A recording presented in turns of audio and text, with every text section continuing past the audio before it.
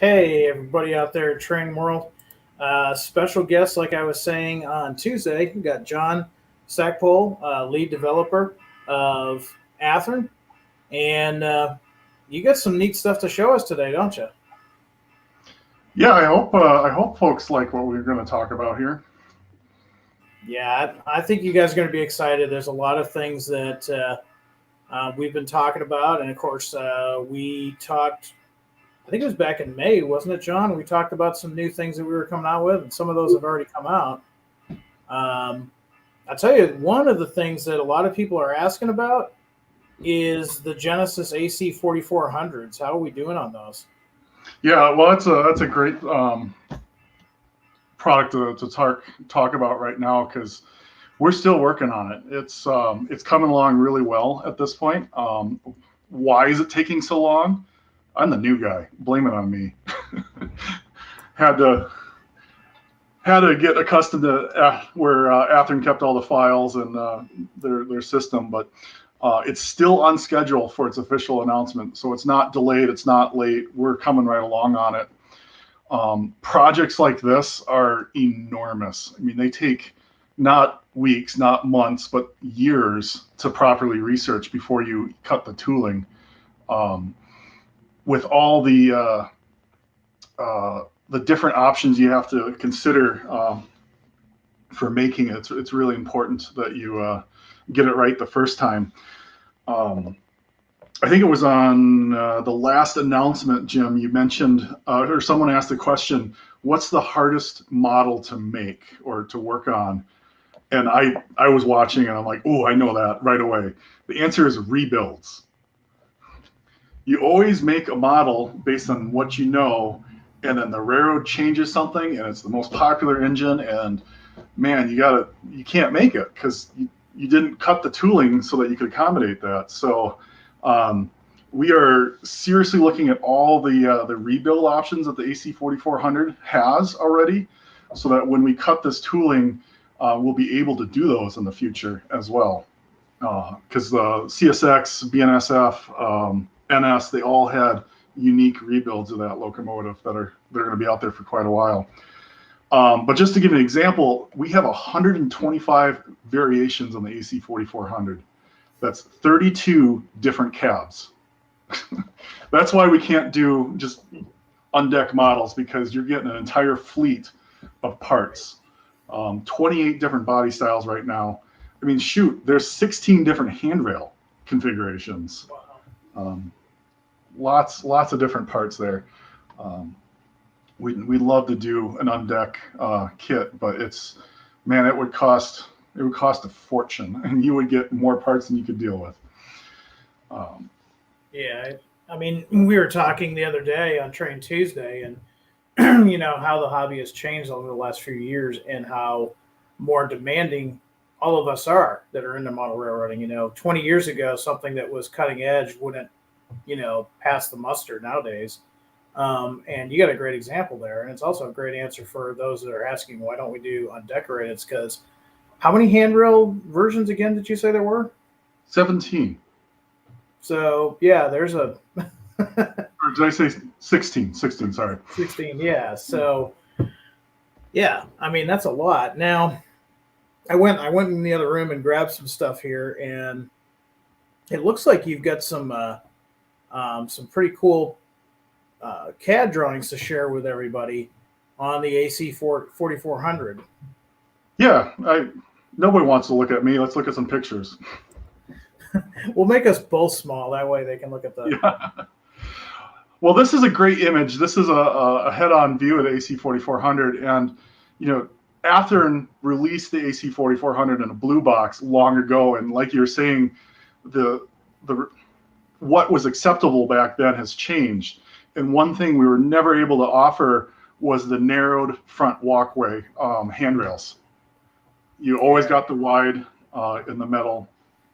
So here's a great view of that. You also see ditch lights variations. These are the ditch lights sitting on top of the anticlimber.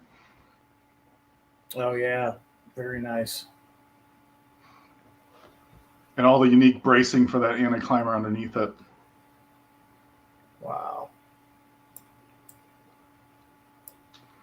Just the MU and the cut lever, all that stuff that refresh my memory. But on the blue box one, this was all molded on stuff, wasn't it? Molded on, or the attachment details were there, but nothing was attached. And a couple of years ago, Athearn switched to rubber MU cables, which were great, because back when I was modeling, everything was brittle plastic. You'd put it on the model and all of a sudden it was gone. You never knew where it was. Shifting to rubber has really helped keep these around. And you can snake them through the snow plows on them then, just like the prototype would do. Yeah, how many of us remember those days of trying to very carefully chisel the details off, and using the aftermarket parts and putting them on. And of course, John, I know you did, and of course I was in a modular club in HO back in the 80s and 90s. Taking those to the layout, actually a fully detailed locomotive back then, the kids weren't the problem. It was just the transportation. I mean, you normally would knock off some of your own details in that, and now we don't have to worry about that. Yeah. Cool. Jim, I just saw a question go by, which is kind of unique. This is with the Genesis 2.0 AC 4400s, will you stop producing or retire the old AC 4400 that's in the line? And the answer to that one is actually no. We're going to keep that one around. There's going to be a pretty stark difference in detail level for the discerning modeler, but those toolings are still in great shape. So we can continue to use them. And for your entry-level modelers trying to get kids in the modeling, or for those people who really like to still do those detailing projects, that's a viable offering that's going to come in at just a percentage of the cost of all the work that has to go in these Genesis 2.0 models. Yeah, that's a good question. Great question. Let's see. Anything else on this drawing, John, that you want to point out to us? You can barely see it in this photo, but up on the rooftop, you see that GPS dome. That's another one of those things that's super hard. And one of the reasons why we have so many cabs is antenna farm variations. Back when I was, the era I modeled in the 80s, you get the one, and that's all you needed. But today, there's all kinds of assortments, and they're different on different locomotives. And the factory doesn't use drill bits, or they try not to. We try to incorporate in the mold. I mean, when you're super detailing a project, how many number 80 drill bits did you break? No. Well, there's my club. Now imagine producing thousands of models. How many drill bits are you going to break doing that? Right. So, yeah, we have to locate all the antennas on all the models out there and plan it into the tooling so that we can get it right. That's really cool. Yeah. What else do we have to show? Well, looks like we got another variation of the. Okay, so I see what you're talking about with the antenna farm on this variation here. Yep, that's a PTC antenna array, which in the last 5 years, more and more mainlines being PTC controlled, so you're going to see it on more power. Even short lines are picking it up. But that's not standard. They're different. So, yeah. And it's something that our customers have been asking for too. I mean, it's, you hear me on Train Tuesday say, hey, you guys got comments, put them in the product suggestion email. And John, of course, you're one of the guys that's reading that. Those are actually being read. And a lot of what you're working on for Athearn is due to a lot of those comments and suggestions. Oh, yeah. Yep. I love reading those emails. It's the break I need from when I'm counting rivets. And I end up responding to quite a few people too. But it's not really an email inbox that we intend to respond from. It's just give us ideas. This photo, you can also see another variation of ditch lights. These are on the pilot instead of on top of the anti-climber here. Oh, yeah. Which, in the real life, they're just bolting something onto sheet metal. But in the model world, we got to make sure the frame weights aren't in the way, that we can get LEDs down there or light tubes, depending on where it's located. the walkways, everything needs to change. It's not just a simple addition. Yeah, that's a lot of things. That's something that a lot of us don't think about, where you have to design a frame or a drive line that not only accommodates, a small selection of locomotives, but a whole variety of locomotives that are based on the prototype that were ordered from, whether it be EMD or GE. And that's something that's a good point to bring up. And, where it might be easy to put porch mounted ditch lights on one version, on the next one, it might be a little bit different. So that's just one of the things that a lot of us don't see when you're doing your job, making sure the engineering makes everything work.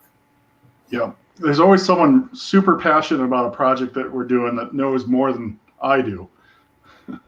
So I learn a lot. Every project I look into, I really learn the backstory of it. And whenever we do those packet announcements with the artwork, it's really great when people reach out and say, hey, you got that logo a little bit wrong, or the paint date is wrong, or you put the horn on backwards, something like that.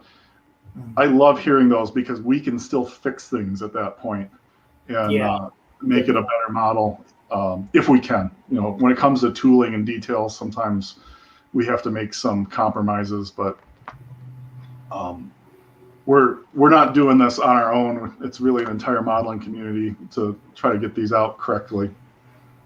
Yeah, you bring up a good point. I mean, when we're showing the announcements, whether it be at the beginning of the end of the month or Train Tuesday, like you said, these are based on the research that all the developers at Athearn have done. And none of us are perfect. I don't know anybody at Athearn that knows 100% about every single locomotive ever made. And that's where we look at to you guys. If you know something that we may have missed, please, like Jon said, reach out to us. We want to make it, accurate. And I'm seeing a lot of comments asking about road names. We have basically settled on the first production run road names. Not going to disclose them yet. Some people are going to be excited. Some people are going to be disappointed. Unfortunately, that's the way we have to do it. We can't release 125 versions all at one time. Right. But yeah, why don't we show them one of the variations here? Yeah, let's do that. Let's see.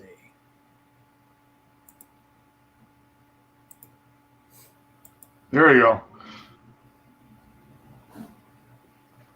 Well, this photo, if you look at the cab, a lot of the first and second generation locomotives, if they wanted air conditioning, they opened a door. This one, when we started getting the wide cab, they put the air conditioner underneath where the conductor sits. So you see all those vents. Yep. There are dozens of variations of those latches and cabinets and grill states. It's really hard to get them all accurate. And as they rebuild them, they use whatever parts they have available. This model in particular, I believe, is the Quebec AC 4400. Okay. They do things a little bit differently up in Canada. You can see it has the double handrail protection above the inverter cabinet there. Sure. Well, that's cool. Yeah, according to your notes, Jon, this is the Quebec version. So. Yep. And then this has the steerable trucks, which is something Athearn hasn't done. No, never been done. Brand new. Very cool. And I mean, how much, in the full scale world, the prototype, I mean, steerable trucks, that's technology that's been out for a little bit. In the model world, in 1/87th scale, there's got to be a lot of engineering involved just in these trucks alone. Oh yeah. They're not one piece, that's for sure. There's quite a few pieces there, and we're still working on those operating standards. Haven't gotten there yet. Yeah. Well, I mean, we're kind of forging new ground on a lot of our newest releases. Now, I think, Jon, I skipped a picture. You were talking about Canadian stuff. Let me see. if I did indeed. Yeah, I think I went past this one. Yeah, let's. Any Canadian modelers out there can spot what's unique about this guy?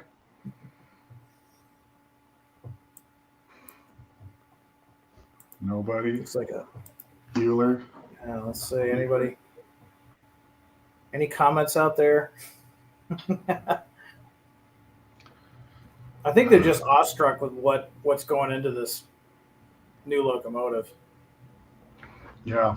Well, we've waited long enough. It's a Cyclops, as I like to call it. There, the single rear headlight, which very unique. You don't see that very often. There's a lot of railroads like the redundancy, but yeah, that's funny looking. And yeah, it's cool certainly not what we're used to down in the colonies here. Yeah. Very cool. And again, this is where what you said earlier is so important. In the old days, manufacturers were somewhat spoiled. If you did a GP38, you just did a GP38 and painted them in, any color you wanted to. And, 20, 30 years ago, that was okay. You had a select amount of modelers that would, take pictures of the prototype and do it themselves. But nowadays, just because of everybody's schedules, we don't all have that luxury anymore. And so we have to think about, with every release that comes out, all the various different types of details that are different between not only just the road names or the road numbers, but sometimes the order of when the railroads ordered these locomotives. yeah, so true. I think I've got one more picture you sent me. Oh, this is a great shot. Yeah, that's another great view. So you can see the antenna farm. I should mention that these pictures we're showing has some dimensional inaccuracies to them. I discovered something, caught something, and we're gonna change it. But I didn't have the updated CAD drawings to show you at this point. But a lot of everything we're showing here is still in the works. It's not final. If you see something that we missed, definitely let us know. We may already know about it and working on it, but it's nice to let people or have people let us know too. No, that's some great information. John, are you open to taking a few questions that our guests have on the AC 4400? Yeah. I just saw a good question here. Let me see if I can find it again. Yeah, these guys are super excited about the AC 4400. So let's see if I can find that great question. One of the questions was, oh, here we go. It's by Chris. Will there be walkway lights on these units?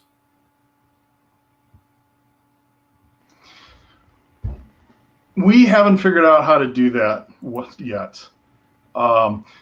You can kind of see the walkway lights on this image. It's the second, they tuck underneath the second step, but it's pretty hard to get wires down there and still get the shell on, the chassis on. So they are not operating walkway lights. I know many modelers are capable of doing it, but when you're mass assembling, it's a different story. We can't spend hours fiddling with that to get it right. They will have ground lights, which is standard. That's something we can do. This next one, I think you already answered or maybe alluded to. Let's see where we've got that question. Pretty much an announcement day. I think you alluded to beginning of next year is when we'll probably announce these. Depending on how things fall, it might be the end of this year. Oh, okay. That would be cool. All right. Well, I mean, as I tell the guys, I know you're busy. All the guys in development are busy back there. I know it doesn't end there. The AC 4400, we had a lot of people asking about it ever since we started talking about it this past summer. Some of the guys want to know too, what other 6-axle locomotives are in the works and that we might see even sooner than the AC 4400? Yeah, we have a brand new, first time tooled in plastic for HO scale locomotive. And it is a rebuild. It's an official EMD rebuild, in fact. It's not a railroad rebuild. That being said, there's only a single railroad that has bought them at this point. But it's a really interesting locomotive. Officially, EMD calls it the SD32ECO. Okay. It's they take a donor chassis and rebuild it. So what we're offering is the SD59M-2, as the Union Pacific calls it. Okay. These came from SD60 donors. They got the electronics. They replaced the prime mover. So this has a V12 Tier 2 emission 710 in it. So a little bit different sound. Has some additional scrub components to make the exhaust cleaner on it. But what's really cool about these is because the amount of extensive rebuilds on them, the FRA considered them a new locomotive. So you're taking 30-year-old locomotives that would have to be pulled out of service in 10 years, and you're sticking another 40 years on them. So these things are going to be around for quite a while. As the Union Pacific retires SD60s, they're going to short lines, but they're hanging on to these, and eventually these will probably move down the short lines and the secondhand market too. So we'll see them. Wow. Okay. So yeah, this is like the locomotive version of a retro mod. You're taking an older locomotive, bringing it up to modern day standards, and you know, tier standards, if you will. I'd say the biggest spotting feature is, I'm going to zoom in so everybody can see what I'm looking at here. That seems to be a key spotting feature to this rebuild. Yeah, the flared radiators. That's originally was a GE innovation, but EMD realized it works. So most of the modern offerings from EMD are coming with flared radiators now. Yeah, this locomotive was made possible because we did the triclops in the Genesis 2.0. The SD59 and the SD60 share a lot of components. So we were able to build this locomotive as well. If anyone's concerned, the issues we've had with the triclops are not going to affect this locomotive. As soon as we discovered it, we fixed the tooling. So these are going to be dependable right out of the box for us. But there's another view of those flared radiators there. A lot of the same features as the SD60M and the Genesis 2.0 line, rotating bearing caps, all the fine details, road number specific details. Yeah, I think recently we were talking that I know, John, you visit a lot of the railroad forums, and you're kind of seeing an uptick of guys, kit bashing or modifying to make this specific locomotive. Is that something that kind of initiated this project? Well, of course, we can't make something until someone else spends hours doing it. It's the old custom painter's curse. Yeah. Let's see. There's a specific question that just popped up. Will we be doing number 9900? And that's a good question. I didn't have a picture I could share, but 9900 was the first rebuild, and it was very unique. It had an enormous catalytic converter that kind of looked like a giant pimple over the long hood. We're not tooling that version this time. It's an expensive tool for just one number, and the Union Pacific realized they didn't need it, so they took it off, and it looks like all the other ones at this point.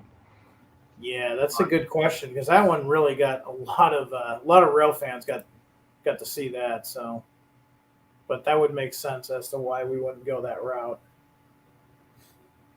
Wow. Yeah.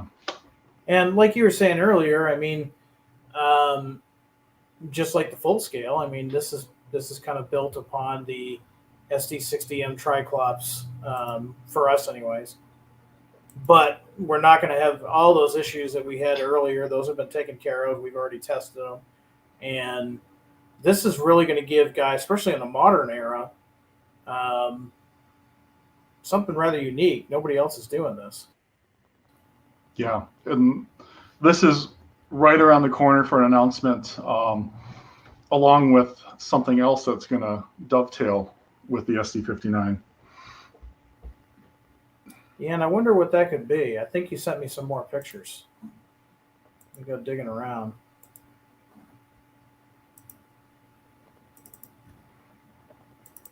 So yeah, it looks like you've been hard at work on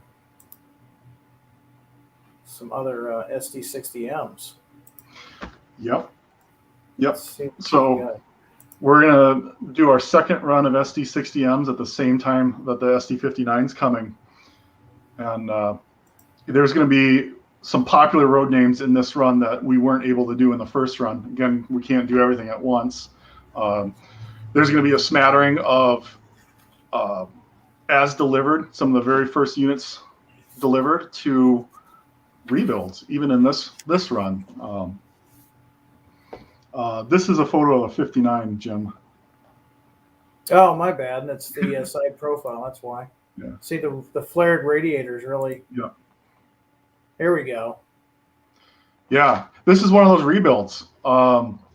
If anybody with a good eye, there's one spotting feature that sets it apart from everything else. I won't wait too long. Yeah. It's this is a BNSF rebuild, and this is actually an SD60-3. And the -3 is they upgraded the electronics, which you can't see on the outside.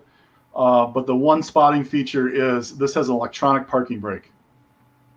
So that's a new tool piece that we had to do right there on the long hood. It looks kind of like a phone booth in the back. Oh, yeah. Okay. This little detail here. Yep. Okay. So excited to offer that, another modern rebuild that's going to be around. You see these, we're picking road numbers that are seen on mainline freight, but there's also a lot of these in captive yard service, working hump yards. I was going to say, yeah, I've seen these in Galesburg and BNSF, and they're, RCLs even, which is kind of neat. But this electronic brake that you're talking about, yeah, I've seen this on their recent rebuilds. Mm-hmm. So it's really kind of cool, just like the prototype. We're able to update these models for the guys that are doing modern. Yeah. As long as we plan for it. Yeah, definitely. Yeah. This is another rebuild of sorts. This looks a little different in the nose, am I right? Yep. This is a Union Pacific variant of the nose. When the M stands for the wide cab, that was a FRA regulation that everything had to come with the safety cab. And the SD60s, the Jeep 60s, were the first EMD products to come out with these. And after the Triclops 3-window, which is the early SD60, and then eventually the 2-window, railroads realized that wide cab, it was kind of like a big hood on a truck. You can't see over it. Oh. So UP lopped off the edges, and you can see that additional angle there. Mm-hmm. That's cool. Another spotting feature is the long protected walkway past the sander there. Uh-huh. So a little bit different configuration. And this was just a UP thing, right? No other railroads did this to the nose, or. There are others that did some different noses, but this is a UP one, and Union Pacific, as they've shifted to PTC, they've been offloading locomotives left and right, and these are moving on to other railroads right now. Wow. I think that's all I've got in that folder. But yeah, like you were saying, we're going to see. I mean, these are going to be coming pretty soon. We're going to be announcing these probably before the end of the year, right? Oh yeah. These are real soon. Start drilling. Yeah. So, yeah, something else you've been working on, and I've been. I should mention. I mentioned those short line railroads are getting them. Yeah. Being in charge has its benefits. I was able to pick a railroad that has personal interest to me, who recently acquired a large batch of these. I'm not going to mention the name yet, but yeah, it's really fun when you pick it. You try to mix up what it is, but these are probably some of the most beautiful prime for grime models that we've offered, because by the time the Union Pacific got rid of them, they were pretty grimy, pretty ugly. Wow. Lots of variation. It's very cool to see how the short lines are quickly marking them up for their own railroad. There's a lot of people guessing. Wow. Wisconsin Southern doesn't exist anymore. I can't wait either. Now I'm really intrigued. Yeah. So, you haven't just done 6-axle, and while we've been talking, a lot of guys excited about the AC 4400s and the ST59 M-2, the ST60Ms, all of those. But I keep seeing, hey guys, switchers, and I do know that the MP15 ACs are doing really well right now. A lot of guys are getting into those. A line that hasn't seen an update in a while, and a locomotive that hasn't run for a while, in the ready to roll line. What is it you've been working on, John? We have the SW1500 coming back. Oh, that's awesome. A lot of people have been waiting for this. A lot of people are hoping for a Genesis SW1500. We have too many projects going on, but I can say this is as close to Genesis as you can possibly get without being a Genesis price locomotive. We have made so many upgrades to this locomotive. It's going to have the same etched grills that was an upgrade years ago. LEDs for the first time. Lots of LEDs if you're SP or Cotton Belt modelers. We haven't been able to do class lights on these yet, but maybe we'll save that for Genesis down the road. With the MP15 project, that actually is what pushed this locomotive forwards, is we developed a brand new motor to put in the switcher locomotives. Something a little bit smaller, something a little bit quieter, but still as powerful. And that gave us the opportunity to squeeze more electronics in these things. So for the first time ever, these are coming with sound. Oh, that's cool. And tsunami sound? Yeah, that's the other thing. That's why I say it's just about Genesis quality. These are going to come with Tsunami 2 sound. Wow. And I'm just going through the two drawings that you sent me, and it looks like you're going prototype specific on the offerings. Show us the changes from here's our first rendering that you sent, and right away I see some differences in this version right here. Yep. So this is the switcher class trucks, the ARs. The other version was the Flexicoil, which was my personal favorite. I always thought those looked cool. You also have different exhaust cans on it. Number boards on the rear or front, depending on which direction you call front, or the Blatt air horn. We've done some additional lighting upgrades. This is going to have ground lights on it. Oh wow, that's we've offered in RTR. Yeah, we've never done that.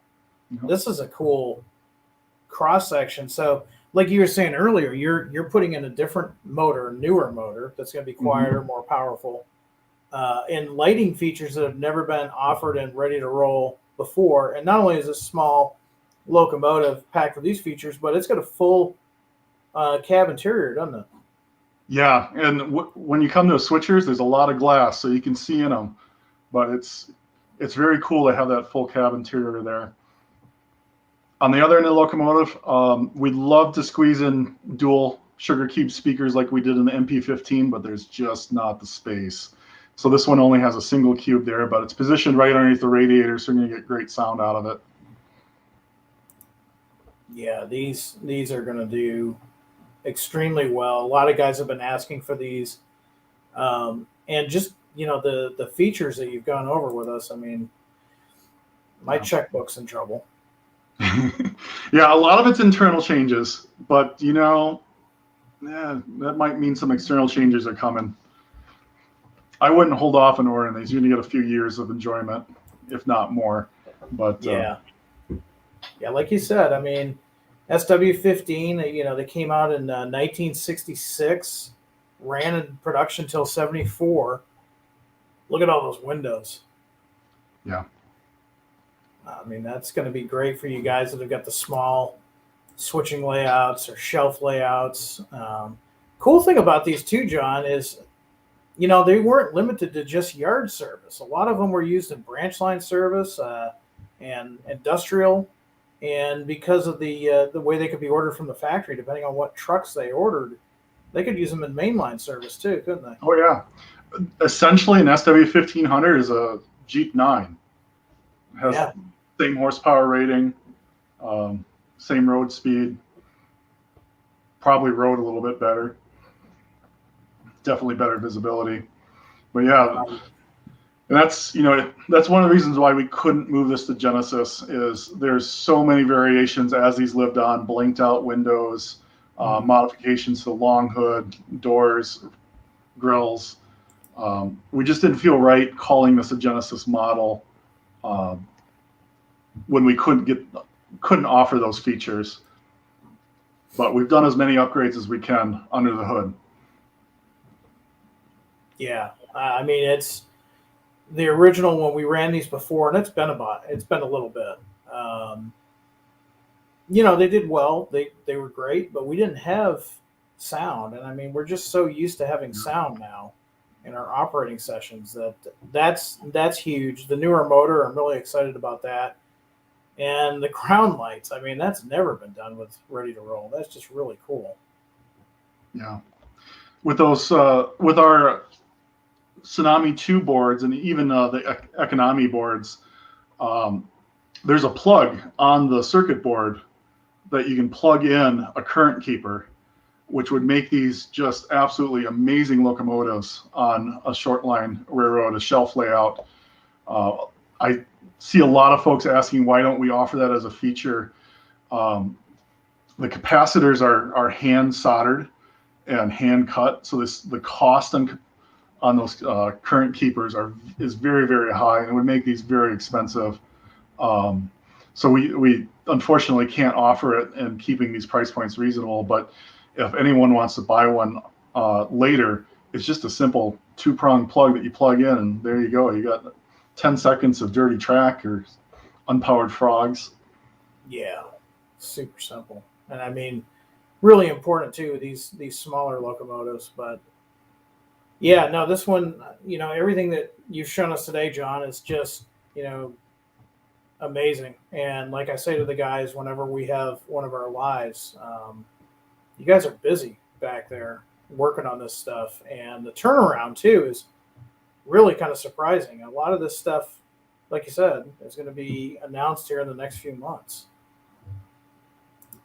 Yeah, I'm excited for these. These are coming up this year as well, and I'm hoping people will see that this is that really gray fuzzy area between RTR and Genesis. We really tried to take folks' suggestions on improving this. One thing you can actually see in this shot, which is unique, we're using a 21-pin circuit board. And so the Tsunami 2 decoders that we're planning on right now are actually going to be 21-pin decoders in there. So if you don't care for Tsunami, but you want us to do all the hard work and getting the sound in there, you can just plug in your own version. Very cool. Now I'm seeing a lot of comments, and I'm sure you are too. A lot of guys asking for different roads and stuff. We're still kind of you're still kind of looking into that. You haven't really officially announced what roads yet, have you? No, we haven't. We have a few picked out that we know we're going to offer, but it's always good to hear where the interest is in case we're missing a popular option that we could offer sooner. Yeah, and that kind of dovetails into the question that we're seeing in the comments. A couple of guys have asked, are they going to have working ditch lights? And that would obviously depend on what road and what era. So that's something I guess we're just going to have to wait and see, or do you have an answer for that? Because we didn't do any tooling modifications to the walkways, these are not going to have ditch lights on this version. Okay. All right. Yeah. A lot of good comments and suggestions here. A lot of good roads people are asking for. Man, you've definitely given us a lot to think about, and I think I'm safe. My wife's not here, so I can start budgeting this stuff out. Yeah. Wow. Well, before we totally wrap up, if you guys out there watching have any questions on any of the things that Jon's talked about that he's working on, or maybe something that we haven't touched on, now's your chance to go ahead and throw that out there, and either myself or Jon will try to catch it and answer your question. So here's your chance. Yeah. Is there a due date for these? Soon.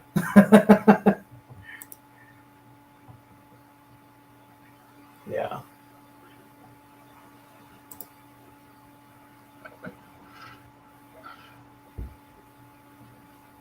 Yeah, I've seen a lot of questions I'd love to answer, but I'm not. I got to keep them under wraps. Yeah, we got to have some secrets. Yeah.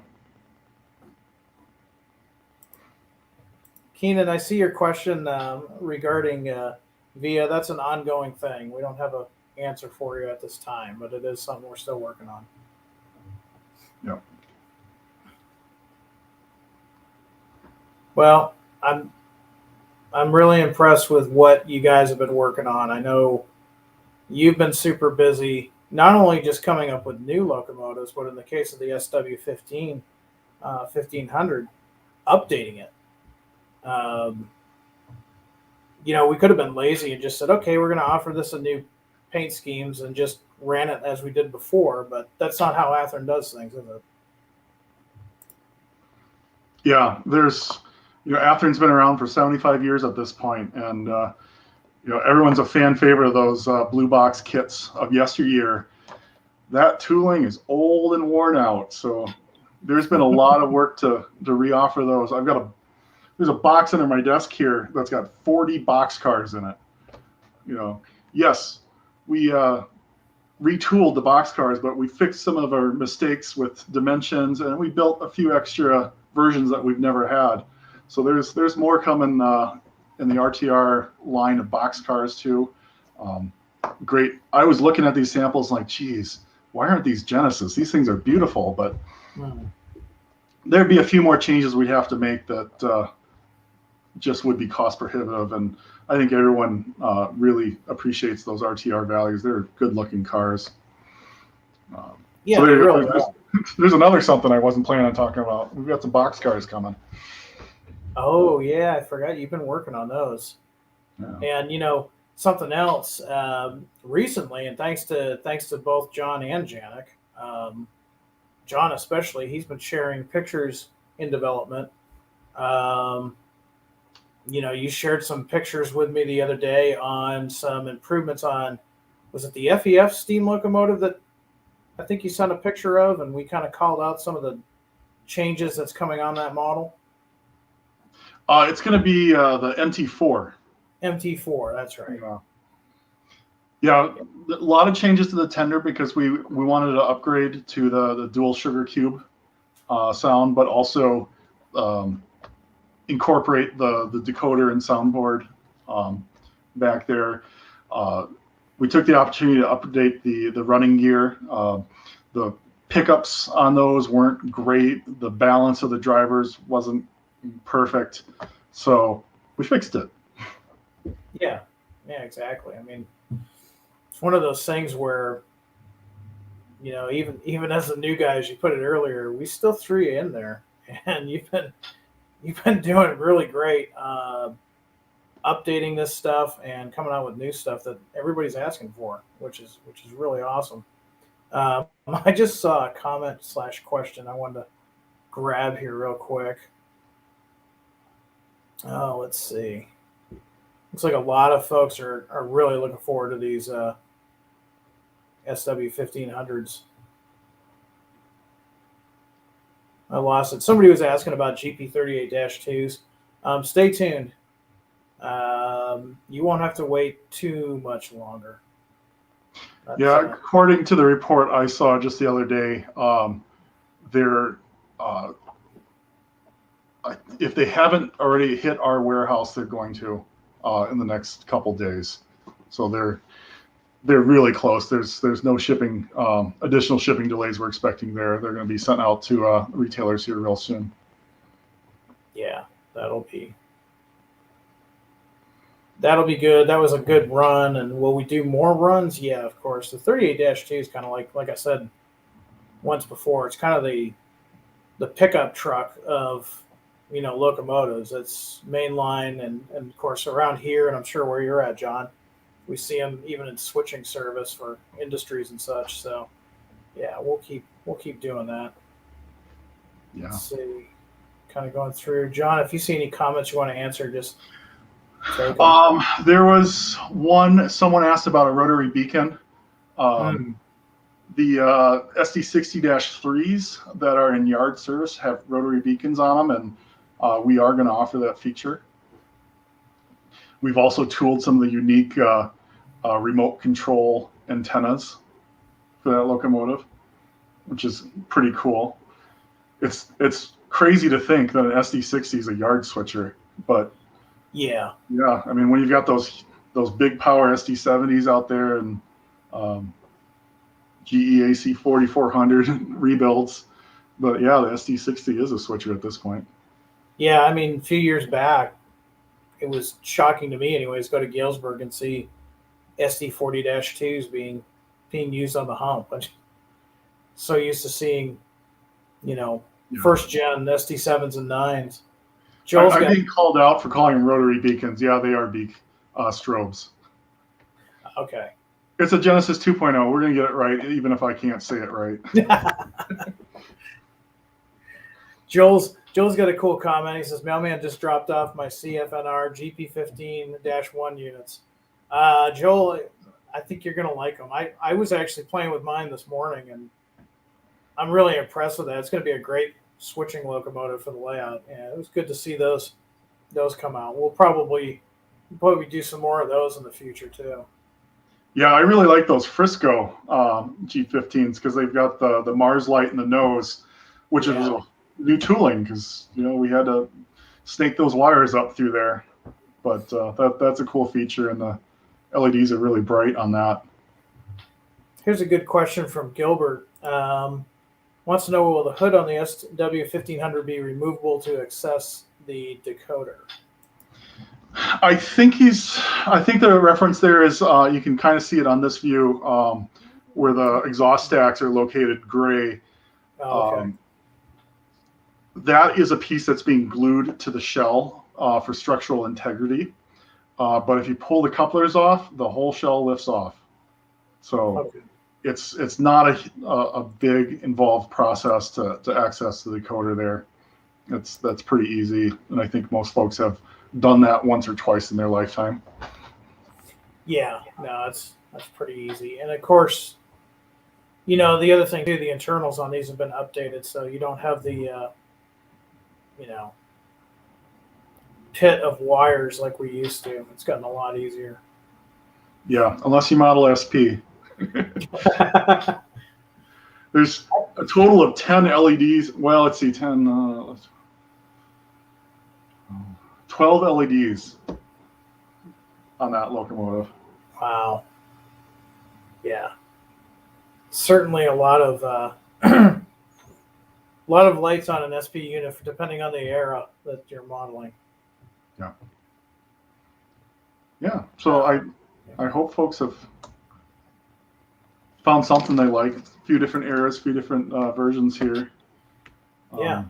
This is the unofficial announcement of these. The official announcement with road names, road numbers, all that are coming right along. We're right there with you, Paul. Oh yeah.